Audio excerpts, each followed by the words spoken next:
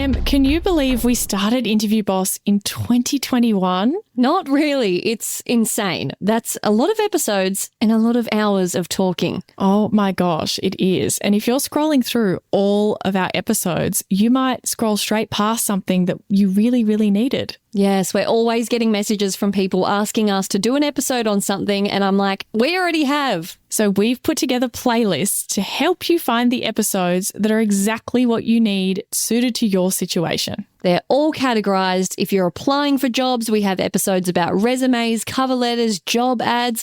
If you've been offered your dream job, we have episodes on resigning, exit interviews, and how to impress at your new company. And we even have a very special playlist that's very popular for if you have an interview coming up immediately and you need just our most recommended hard-hitting episodes between now and then. For all our last-minute listeners. It's all there for you. You can browse by category and check out all the playlists at interviewboss.com.au/podcast. Ravioli, ravioli, give me the formioli. Hey everyone, and welcome back to Interview Boss. My name's Emma. I'm a third-year journalism student. Soon I'm going to change that to say journalism graduate, who's teamed up with my sister to give you advice, inspiration, and support when you're looking for a new job. Sarah is a HR and recruitment professional, and together we're excited to give you guys all the tips, tricks, and behind-the-scenes knowledge to help you in your career.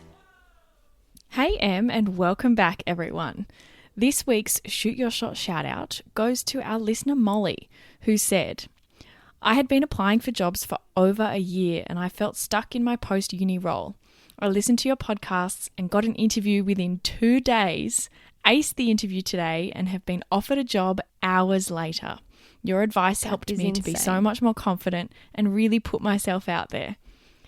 She also asked me for some advice on negotiating her salary, and she actually, went ahead and asked for more money, which is something she said she'd never would have done earlier.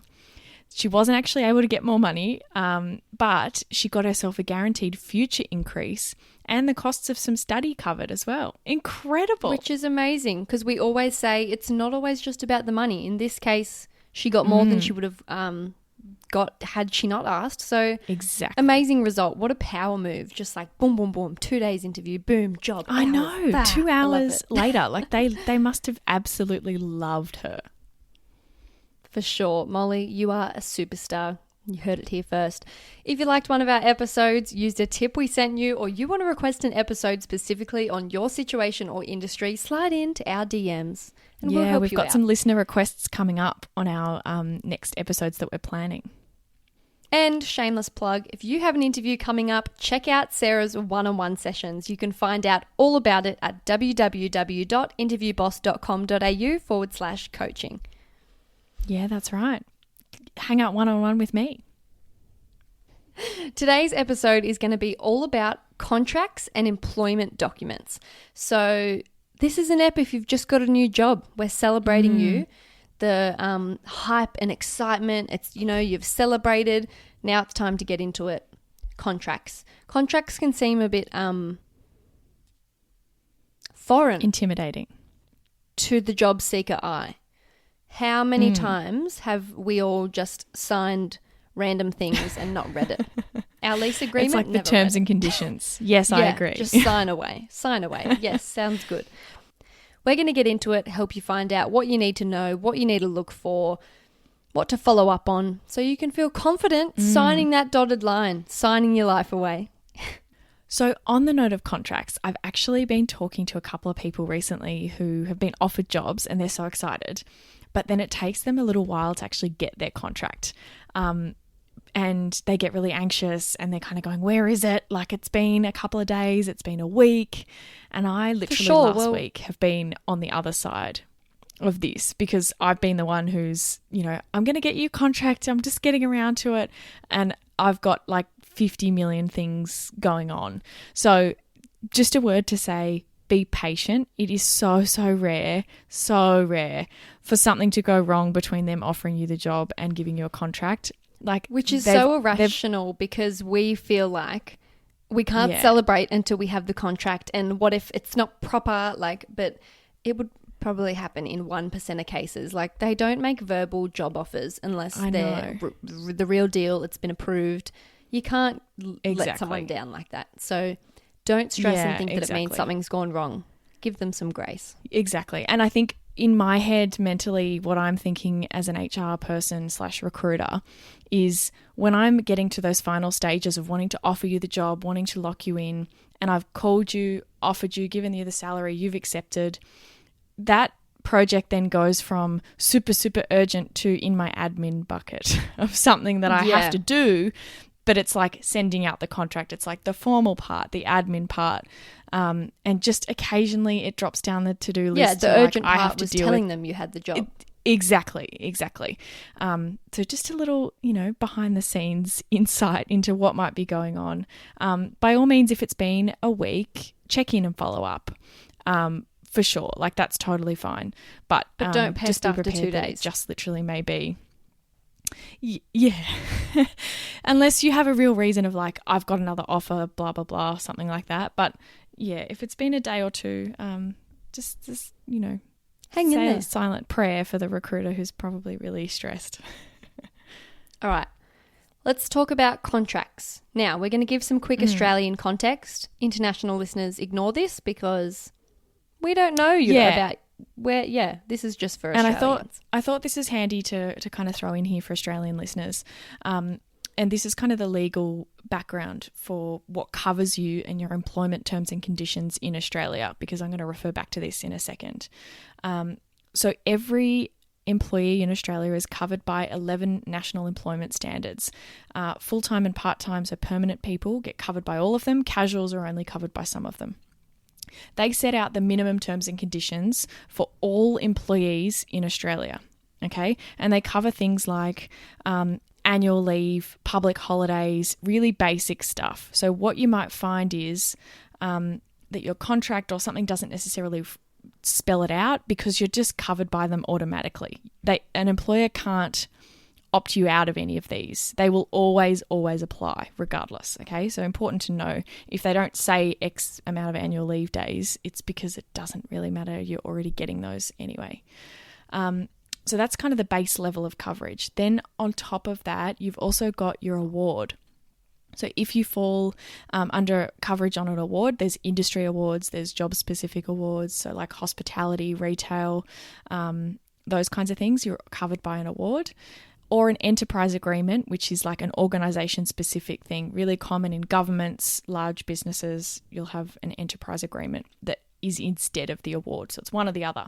Or you might have nothing on that level and you might just be covered by the National Employment Standards and then the top level, which is your contract. So does that make sense? When you're looking at your contract, you have to know that the terms and conditions have to be read in conjunction with the award that applies if there is one, EA that applies if there is one, and the National Employment Standards, which always apply. Okay? Got it. You know just what? I remember all of that from my Year 12 legal studies teacher in our workplace topic. Thank you, Miss O'Dell. Great. All right. And now on to the rest of the kind of conversations on contracts, which are a little bit more general, I guess, for all of our listeners. So step 1, read it. Actually read it. Read every word. Don't skim it like the lease and sign it. Read it. It'll be good. You should definitely read your lease as well. Just skim read. Read over it, and I think there's a few things that you can be looking for. You want to know if you are covered by an award. It will say it in your contract. You are covered by the retail industry award. You are covered by the manufacturing award, whatever it is, and your level under the award is X as well. So that helps you. You want to know your level because you want to be checking. Yeah. So, checking your pay rates. Some people just have no idea. Like, you need to know if you're in a proper and you can then real deal consult job. that award. If you've got specific questions that aren't mentioned in your contract, you can refer to that award. You can look it up. Yeah. All the details are under there. You want to know. Yeah. And if you think you should be covered by one and it doesn't mention it, then that's something that you should definitely ask. Am I covered by an award? Which one? What level? Very If anything helpful, dodgy is going questions. on, if you think maybe you're getting underpaid or whatever, you want to know what award you are so you can look it up and check and then use that as proof to be like, look, this is my award. I'm not being paid as per the award. Yeah. Blah, blah, blah. Exactly. Yeah. You want to look for your probation period as well. In Australia, these are pretty standard 6 months. It can be shorter, but if it's shorter, something you just want to keep in mind is, again, in Australia, sorry, that's my area of expertise, you're not covered by unfair dismissal until you've been employed there longer than 6 months. So even if your probation period's 3 and you're like, woohoo, I'm in my 4th month, I'm safe, you don't have any unfair dismissal protection until 6 months. So don't get to 3 months and slack off. Be a good employee up until 6 months and every day. And again, that's why they're always 6 months, because if being any different from the unfair dismissal coverage just doesn't really make a lot of sense. So, yeah. But you want to understand your probation and your notice period as well. That's another big one. And often the two go hand in hand, because in your probation period, your notice is likely to be shorter. And after your probation period, your notice is likely to be longer. We talked about this briefly in our resigning episode of actually checking what your notice period is. I've heard recently of people who just gave 2 weeks notice just because they thought that 2 weeks notice was It sounds universal. like a standard thing, doesn't it? Yeah. When actually, but really they only needed based a on week their or something. service, they should have given 3 weeks notice, and some of them even 4 weeks notice. So some can be based on how long you've worked there. The longer you have worked there, the longer notice you have to give. So you definitely want to understand what that is. Really long notice periods can be like, I don't know, it's a bit of a double-edged sword, because that if they want to get rid of you, you have heaps of notice. But if you want to leave, you have to give heaps of notice. So think about what you want out of that situation, I think. Also, notice periods depending on industry. I know in my industry in media, like some of our announcers and sort of big name people have like 3 months where if they resign, they'll be stood down without for 3 months. Like they can't work because you've got like a contractual thing. They don't want you going to a competitor, whatever. Yeah. So that'll be depending in on your your notice industry as well. That'll be in your notice period clause normally, and it will say something like the employer may direct you not to work during this notice period. So you're still in your notice period. You can't start a job anywhere else, but they're directing you not to work. So they call it kind of gardening leave, I guess. You hear that thrown around. They're still in their notice period, but they've just said, great, thanks for the notice, but we're not allowing you to work because of where you're going. Yeah, but still you're getting paid. Stuck with us. Yeah. Yeah, that's right. Yeah, you're not being put out there. Yeah. Another thing you really want to check for is confidentiality. What is the clause about this? What's your workplace deal? Yeah. You might deal with sales clients. You might not be able to discuss this. Yep, business secrets, all that kind of thing. You want to be aware of this. If you work at KFC, you can't give away the 7 secret herbs and spices. The secret Coca-Cola recipe. You can't give away the Krabby Patty formula. I hope there's listeners out there that know what that is. Imagine if I've just missed the mark and everyone's like, what is the Krabby Patty formula? Can everyone please DM us on Instagram and tell me you know what I'm talking about? The Krabby Patty secret formula. Yeah, that Plankton wants to steal and Mr. Krabs guards it with his life. Give ravioli, give me the formioli. What? I've just gone even more niche. Did you make that up, or is that a genuine quote? quote? I think that's something that he says. I think. Oh my gosh. That's somewhere in my head. Don't listen to him, SpongeBob. Remember, ravioli, give me the formuoli. Too many years of SpongeBob. Anyway. Yeah, confidentiality. It will also survive your employment. So what that means is after you've left there, you still can't talk about. You still can't give away the Krabby Patty. Patty formula. Exactly. Even after you've left working for the Krabby Patty. What's it called? Wow. The shop. What's the Chum Bucket. Mr. Oh no, that's Plankton's. I don't know. What is the name? We're going to have to do a live Google. SpongeBob's workplace. That's what I'm Googling. 6.5 hours later. The Krusty Krab. Duh. How could we forget? Oh my God. The Krusty Krab. That's Krab. Right. The Massive, Krusty Krab. Mind blank. So yeah, even after you leave, you still can't give away the secret formula. Very helpful to know You're that. forever tied. Your loyalty is forever tied to the Krusty Krab. That's right. Yeah. Right. Then also, let's keep the analogy going. Conflict of interest or a second job clause, these can kind of be tied in together. Often this will say that you need to disclose any other employment to your employer. So, and for example, if SpongeBob was like, Mr. I'm Krabs going to have a doesn't second want job. you to go and work for Plankton. Exactly. That's It's right. it's a competitor. It's a conflict of interest. And it's, so even if it's just mopping the floors, he's going to be like, I can't have you in there. it It's just going doesn't to look sit bad. right with me. Yeah. People are going to go over there and see you. Yeah, no good. But in most cases, employers are okay with you having second jobs. It's just that you have to disclose them so that they can be aware of what it is and be comfortable with it. And you want to make sure that you're aware of that clause, because if you're doing something outside of work or you've got a side hustle or whatever, if that's employment and that's affected by that clause, you want to make sure you're above board and telling them about it. Next, you want to look and see if there's a restraint clause in there. Now, Sarah, I have no idea what this is. What does this mean? So this would It means mean they can hold like you captive if you do something wrong. tie you up. No. It's basically a non-compete, people would refer to it as, but it's called a restraint clause. That's what they would normally call it in a contract. So this would say that for 6 months, you may not work for a direct burger chain in Bikini Bottom. This SpongeBob analogy has gone too far. No, The but it listeners are makes like, sense. It's really "Stop." great. I always find it hard to come up with examples off this because I don't want to give away real situations. Oh my God, that's amazing. So if you move to another state, it might be only state-based. So you could move to another state and work for a burger place there. It might be town-based or whatever. It might be 6 months, 3 months, 12 months.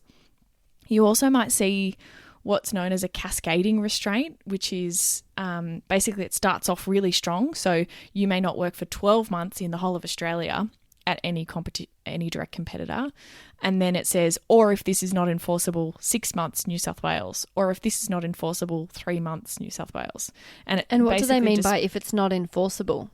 Well, it means that if you challenge it in court, that they would say, okay, if that one's not enforceable, then you have no restraint. So they have What could some challenges be? ones. Could you be like, I'm a single mum, I need to flip these burgers. Like that's it's the my only job set I of can get. skills. Yeah, exactly. Yep. That's right. And so a Right. note on but I these mean, is, a single mum probably wouldn't take them to court, but like yeah, but the gist. But essentially An what you're example. saying, and exactly what you've touched on there, is they have to be enforceable. And if in the circumstances it wouldn't be enforceable because you literally know how to manufacture car parts and there's only, your factory's shutting down, or I don't know, like they can't be so debilitating that they make you not be able to work. So, but still relevant. You want to know what that restraint clause is, just to have an idea if that what might kind of thing affect you could getting happen? a job. Say if you never read your contract and there was a restraint clause for like a car parts salesman or something, and you went somewhere else and they found out, what could they do? Could they sue you? Like, could you go to jail? What's the implications of that? Yeah, you can end up in court for a breach of contract. Yeah. So, look, I mean, the likelihood of that happening, I've never seen it happen in my career. Yeah, I think if you were like top executive and you went somewhere else to lead the direct this is competitor, more at play for Yeah. very high profile, wealthy, Exactly. big corporations. because But the cost of doing that for a company versus what you've damaged the company, Yeah. like they don't weigh up, right? So you would have But to have we might have some top doggy listeners who are in those positions. yeah, so maybe. Yeah. be woke. Be and aware. just consider, like, what does the restraint clause say? Does it cover everyone in your industry? Does it cover just some people? Yeah, definitely want to read it. You also want to look out for if there's any we can change your role or location clause. This is interesting. Yeah. So I used to get questions about this all the time. And if there was one section in the contract that I always got people questioning or objecting to, it was this clause. And I just want to give some context because it's not always as bad as you think. Essentially, it says your employer may unilaterally, like as in without Without your say. without exception, yeah, and by themselves, may unilaterally change your job or your location. essentially why that's in there is to make sure that your contract allows for your job to be changed. They can't just say, Emma, your job's now in Queensland, and not do anything about it. You're still covered by the National Employment Standards and all of the Fair Work Act as well, all the other legislation. That's why I wanted to kind of bring that in. It's all still in place. So you would be able to say, that's a significant change of my job. You owe me a redundancy because my job doesn't exist where I am anymore. But if they moved up the road, your contract would be void if they didn't have this clause. Does that make sense? Yeah. Because they haven't been able to change it. So these kinds of clauses that you see in there that will sound quite scary. You can definitely Maybe ask for freak you out, clarification. Yeah, but you're still covered by all the things that you will be covered by to protect you from those sorts of things happening. So if they did change your role and they promoted you, it just means that your contract doesn't cease to exist because they've promoted you, right? Like your contract still applies in that situation with the confidentiality, all that other stuff. So they just have to have it in there so that they have the option to change things. They still have to have you agree. They can't just move you somewhere. For sure. Now that all those boring little clausey parts are over, hot tip, anything you've agreed or discussed about the role should be in there. Salary, bonus, commission, leave, flexible working conditions, any little extra bits that you've discussed need to be in the contract in writing. Yep, completely. Definitely. Just that's all I have to say about that. That is all I have to say. So we've done the contract. Now some just other general tips about, getting the contract back and starting that process.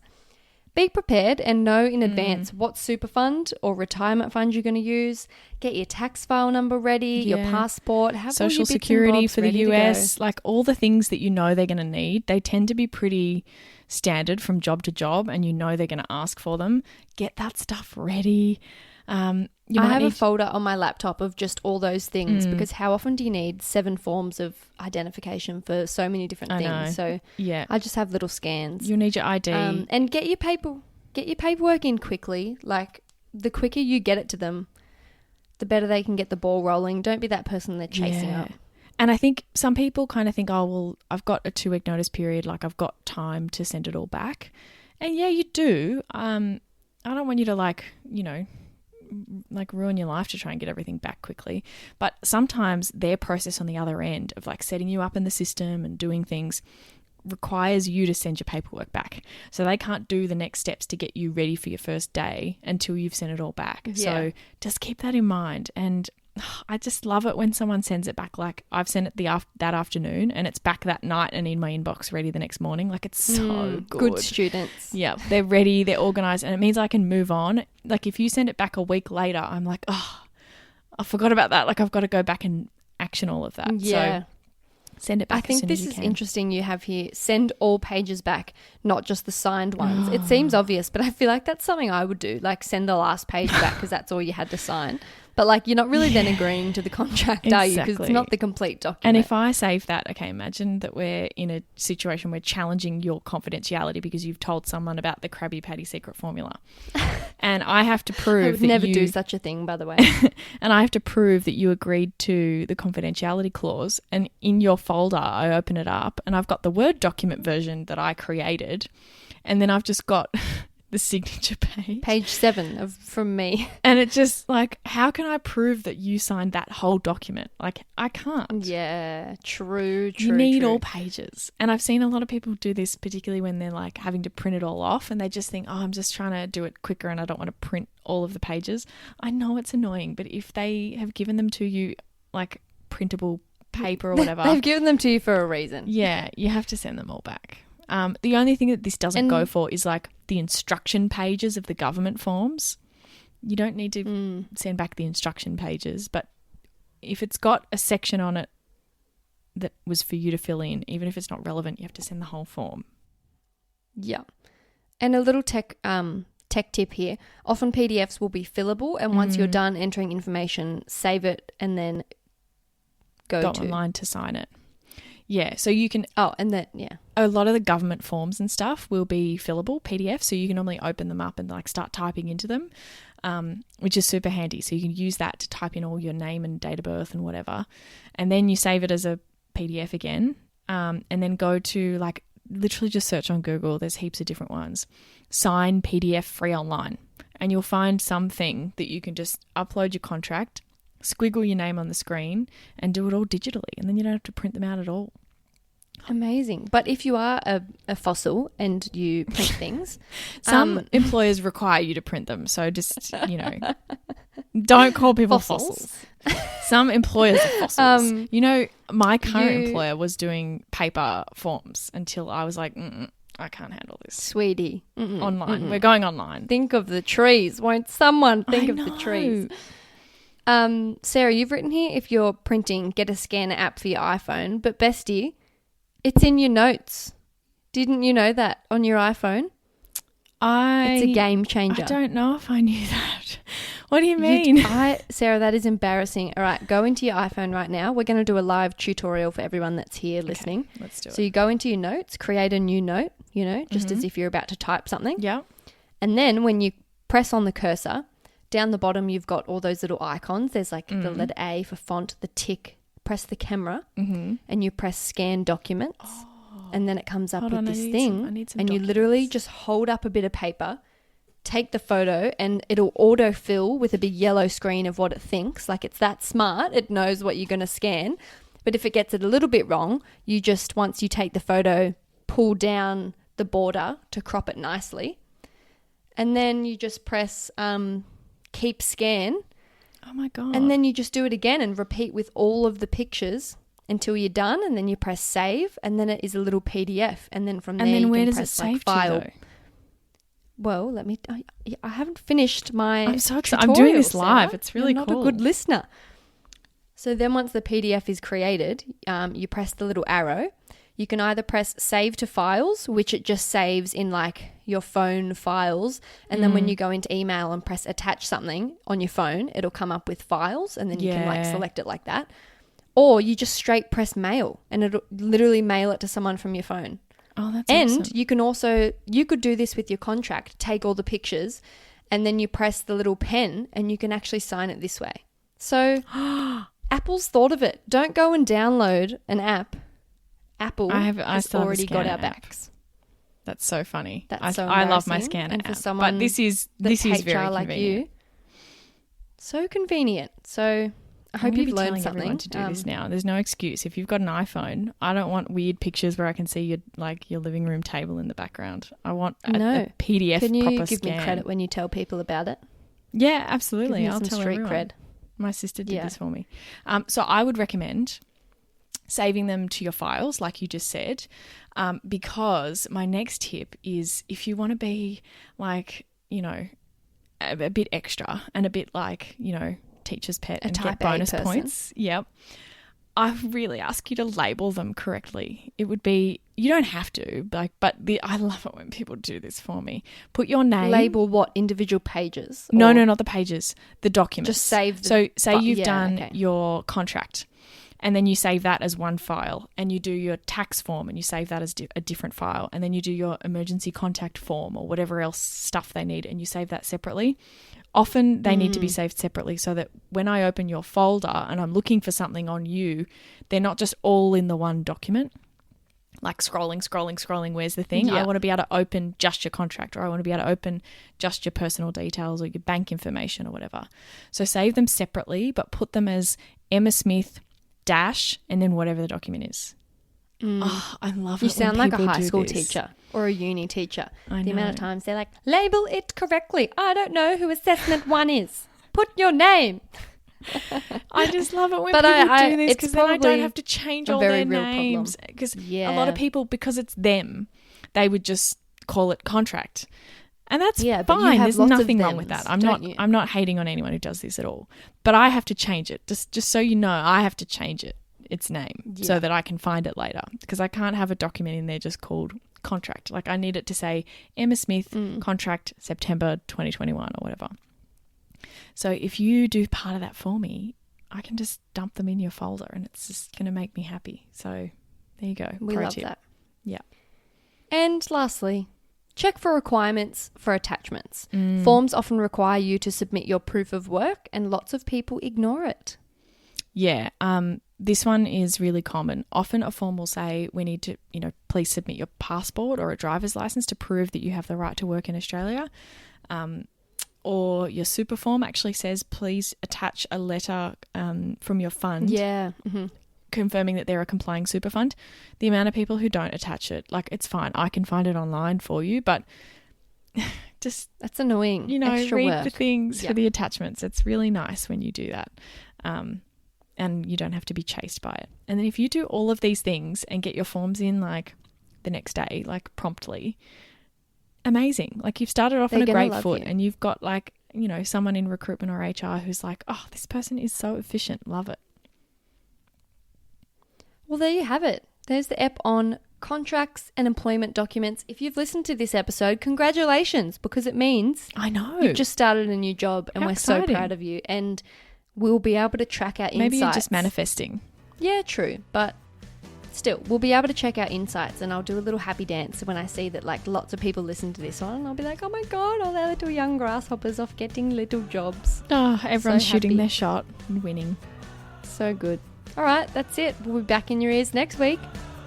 Thanks so much for listening to Interview Boss. If you like hearing the sound of our voices, hit that follow button in Apple or Spotify, or better yet, tell someone about the show and how great we are. That's how we can hit the charts and help even more people. For more advice, inspiration, and a supportive community, check us out on Instagram @InterviewBoss. If we've been your job search besties and helped you in some way, there's a cool way you can support the show. Shout us a virtual coffee. We get a huge kick out of reading all of your success stories. Head to buymeacoffee.com/interviewboss and shout us a cuppa. If you keep us caffeinated, we can keep the content coming.